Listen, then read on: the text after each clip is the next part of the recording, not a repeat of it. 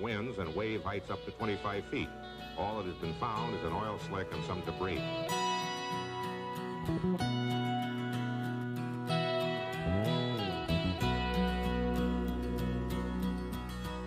The legend lives on from the Chippewa down up the big lake they call Gitchagumi. The lake, it is said, never gives up her dead when the skies of November turn gloomy. With the load of iron ore 26,000 tons more than the Edmund, the Fitzgerald weighed empty. That big ship and true was upon the bitude when the gales of November gave her land. The ship was the pride of the American side, coming back from some mill in Wisconsin. As the big freighters go, it was bigger than most, with a growing good captain well seasoned. The year was 1871. The Great Chicago Fires are violently burning the windy city to a crisp. American fire safety was primitive as volunteers fought the flame and prevailed in saving their great city. Unfortunately, at this time, firefighting technology could not ensure protection from spreading to Michigan's many counties. The Great Michigan Fires of 1871 were called the Day Michigan Burned. This is a very optimistic nickname due to its lasting weeks. These fires tore through Menominee County, areas surrounding Holland, and the Thumb area for weeks, burning 70 townships, destroying over 1,500 homes, killing over 1,500 people, and leaving 13,000 in need of assistance. What people do not take into consideration is that the Chicago fires, Michigan, and the fires that spread to Prestego, Wisconsin, were the main reason modern-day America has taken firefighting and fire safety so seriously.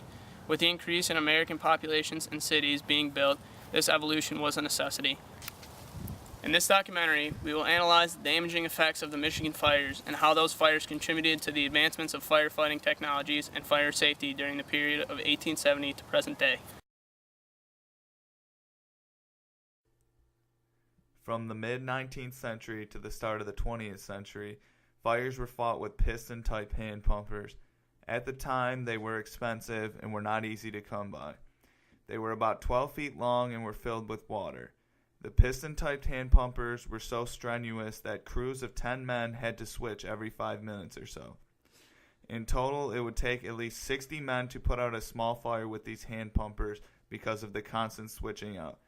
Multiple people had to pump the sides while it spewed out water to put out the fires.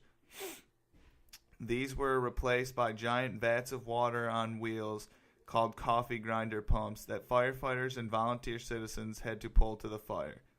They then used the buckets to throw on the fire. These were very innovative for the time, but were not very successful during the Great Fires. How did the hand pumpers influence fire technology today?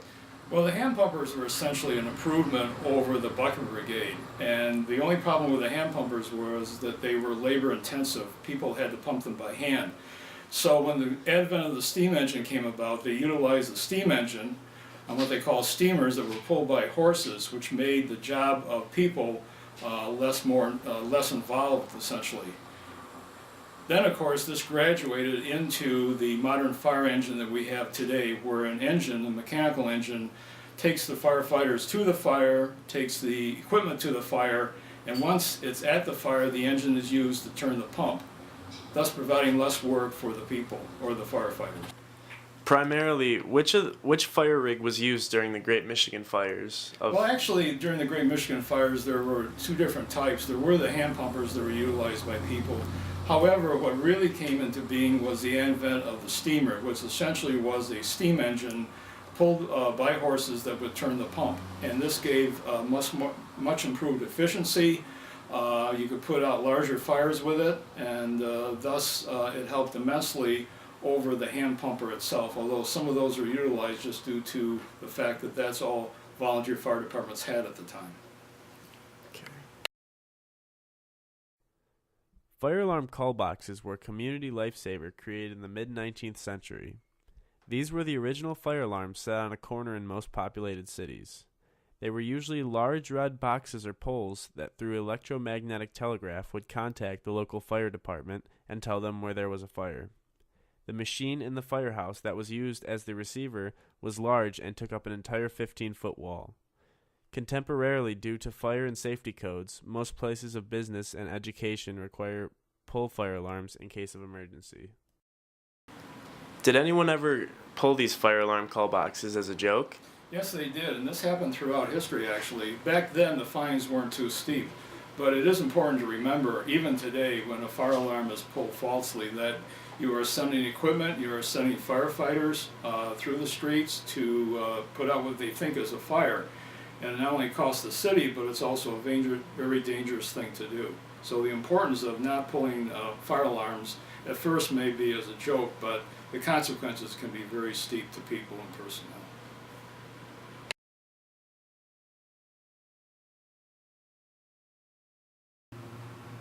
So what we have here is a fire grenade.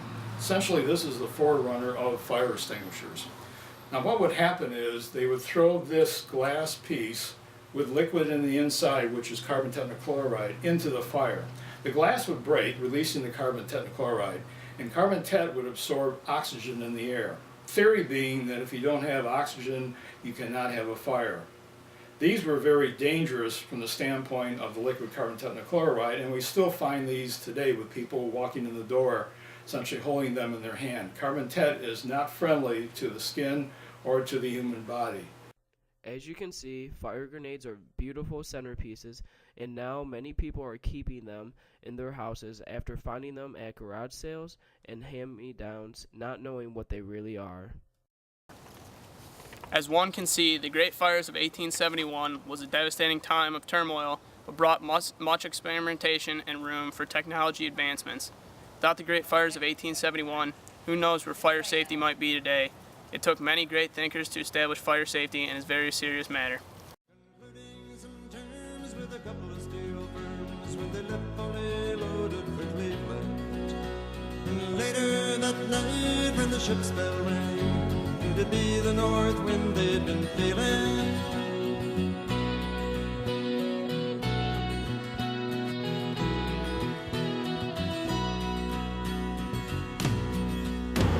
The wind and the wild made a tattletale sound and a wave broke over the railing.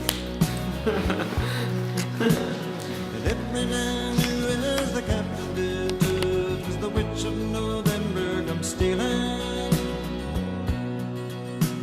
The dawn came late and the breakfast had to wait when gales of November came slashing. When afternoon came, it was freezing rain in the face of